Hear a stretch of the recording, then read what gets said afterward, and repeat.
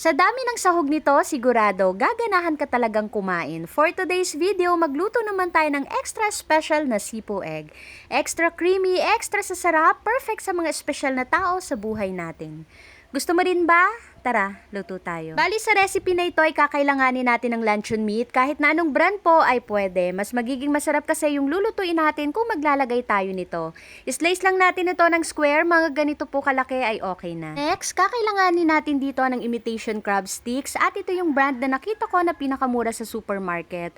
12 pieces na po yung laman yan, balatan natin ito at hiwain ng ganito kalalaki. At isa pa, ito rin yung ginagamit ko pag gumagawa ako ng kani salad. Once okay na yung crab sticks, iset aside muna. Then sa isang pan, maglagay tayo ng konting mantika at prituhin hanggang sa mag-light brown yung luncheon meat na hiniwa natin kanina. Igilid lang natin ito, then maglagay na tayo ng butter, onion at garlic. At habang natutunaw nga yung butter, sabay na yan na magigisa.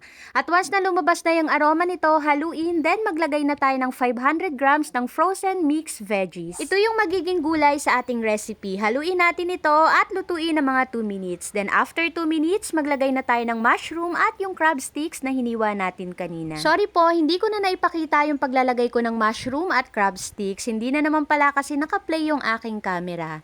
Haluin natin ito, then mag-add tayo ng 1 can ng evaporated milk, all-purpose cream at cream of mushroom na tinunaw ko sa tubig. Timplahan na rin natin ito ng mga pampalasa, paminta at asin. Kung gusto nyo po maglagay ng additional na seasoning, pwede naman po, basta alalay lang po kasi baka masobrahan ito sa alat. At pag kumukulo na, ilagay na natin dito yung nilagang itlog pugo or quail egg.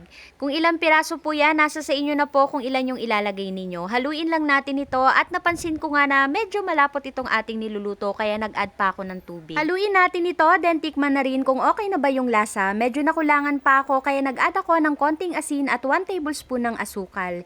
Hintayin lang natin ito kumulo, then ahunin na sa kalan. And ready to serve na ang ulam na napakasarap at napaka-creamy. Sigurado mapaparami ang kain mo dito. Gusto mo rin ba? Tara, kain tayo. Hello everyone! For today's video, nagluto ako ng medyo espesyal na ulam. Ito ang sipo egg. Actually, matagal ko na talaga itong gustong lutuin. At dahil sa tagal ko na nga nitong gustong lutuin, pinag-ipunan ko talaga yung pagbili ng mga ingredients. Char.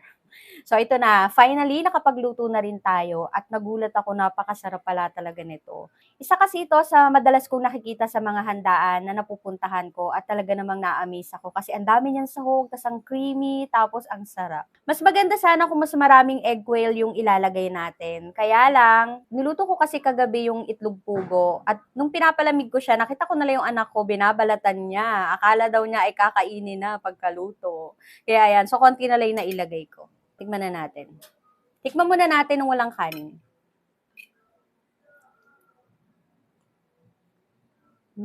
Harap.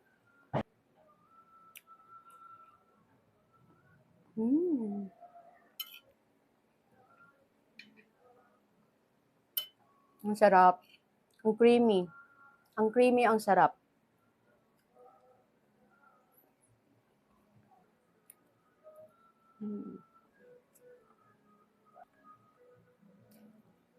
Sa mga ingredients po pala na ginamit ko, katulad nun sa luncheon meat, sa Korean luncheon meat, kung meron po kayong mas gustong brand or mas gustong gamitin na luncheon meat, pwede po na yun yung gamit.